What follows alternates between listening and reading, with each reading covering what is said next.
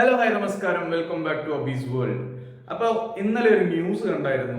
കേരളത്തിൽ 48 മണിക്കൂറുകൾക്ക് ശേഷം മാത്രം സിനിമ റിവ്യൂ ചെയ്യുക. ഇതൊരു റൂളൊന്നും അല്ല, ഇത് നമ്മുടെ കേരള ഹൈക്കോടതിയിൽ അമിക്കസ് ക്യൂറി സബ്മിറ്റ് ചെയ്ത ഒരു റിക്വസ്റ്റ് ആണ്. അപ്പൊ ഇതുപോലത്തെ കുറെ റിക്വസ്റ്റുകൾ അവർ ആ സബ്മിഷനിൽ ചേർത്തിട്ടുണ്ട്. ഏകദേശം 10 ഷീറ്റിന് എന്തോ റിക്വസ്റ്റ് ആണ് സബ്മിറ്റ് ചെയ്തിരിക്കുന്നത് ഞാൻ ന്യൂസിൽ കണ്ടത്. അപ്പൊ ഇതിൽ മെയിൻ ആയിട്ട് പറയുന്നത് 48 മണിക്കൂറുകൾക്ക് ശേഷം മാത്രം സിനിമ റിവ്യൂ ചെയ്യുക, സിനിമ ക്ലിപ്പിംഗ്സ് ഒന്നും റിവ്യൂവിൽ ആഡ് ചെയ്യാതിരിക്കുക, സിനിമയുടെ കഥ ഉൾക്കൊള്ളിച്ചുകൊണ്ട് റിവ്യൂ പറയാതിരിക്കുക, കഥയുടെ ഏതെങ്കിലും അംശം ഉൾക്കൊള്ളിച്ചുകൊണ്ട് റിവ്യൂ പറയാതിരിക്കുക, പിന്നെ ആക്ടർ ആൻഡ് ആക്ട്രസസുകളെ പേഴ്സണലായിട്ട് വ്രണപ്പെടുത്താത്തതുപോലെ റിവ്യൂ ചെയ്യുക. ഇതൊക്കെയാണ് മെയിൻ ആയിട്ട് പറയുന്നത്.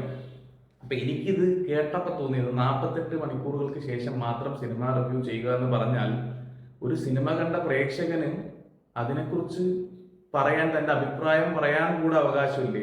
ഇവർ എന്ത് കുപ്പപ്പടം എടുത്ത് വെച്ചാലും നമ്മൾ അതൊന്നും പറയാതെ കണ്ടിട്ട് 48 മണിക്കൂർ സൈലന്റ് ആയിരുന്നിട്ട് ഇവർക്ക് കുറച്ച് കാശ് ഉണ്ടാക്കി കൊടുക്കണമെന്നാണ് ഇവർ ഇതിലൂടെ പറഞ്ഞു വരുന്നത്.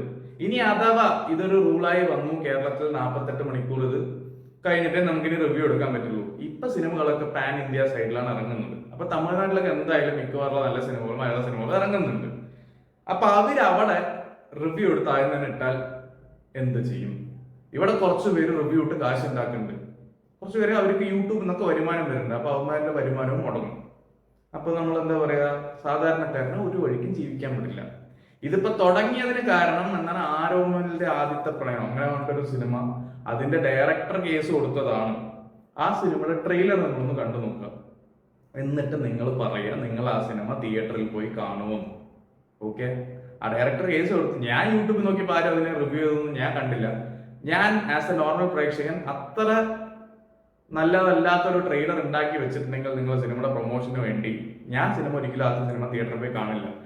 അപ്പൊ അത്രയും മോശമായിട്ടുള്ള ഒരു പ്രൊഡക്റ്റാണ് പുള്ളിക്കാരൻ ഉണ്ടാക്കി വെച്ചിരിക്കുന്നത്. എന്നിട്ട് ഇതിനെ കൊണ്ട് കേസ് കൊടുത്ത് 3 ദിവസമെങ്കിലും റിവ്യൂ ചെയ്യാതിരിക്കണം എന്നൊക്കെയാണ് പുള്ളിക്കാരൻ പറയുന്നത്.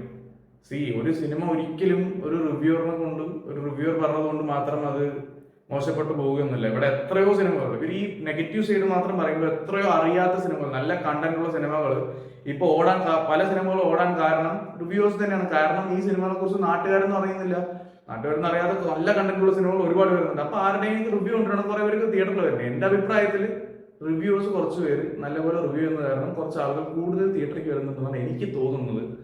അപ്പോ അത്രയൊക്കെ പറയാനുള്ളൂ. ഇതൊക്കെ വെറും ചുമ്മാ ബുൾഷിറ്റ്. നമ്മുടെ നാട്ടിൽ മാത്രം, കേരളത്തിൽ മാത്രമേ ഇങ്ങനെയുള്ള സംഭവങ്ങൾ നടക്കുന്നുള്ളൂ. റിവ്യൂ ചെയ്യാൻ പാടില്ല, അത് ചെയ്യാൻ പാടില്ല, ആ ചെയ്യാൻ പാടില്ല, കോപ്പി ചെയ്യാൻ പാടില്ല. ഇവർക്ക് നേരത്തെ ഒരു സിനിമ എടുക്കാറില്ല. സിനിമ നല്ലത് ഇറക്കിയ എല്ലാവരും ആൾക്കാർ കാണും, റിവ്യൂ ഒന്നും കാര്യമല്ല. അത്ര എനിക്ക് തോന്നിയത്. നിങ്ങൾ ഇത് കണ്ടപ്പോൾ നിങ്ങൾക്ക് എന്തെങ്കിലും അഭിപ്രായം തോന്നിയിട്ടുണ്ടെങ്കിൽ ഒന്ന് കമന്റ് ബോക്സിൽ പറയാം.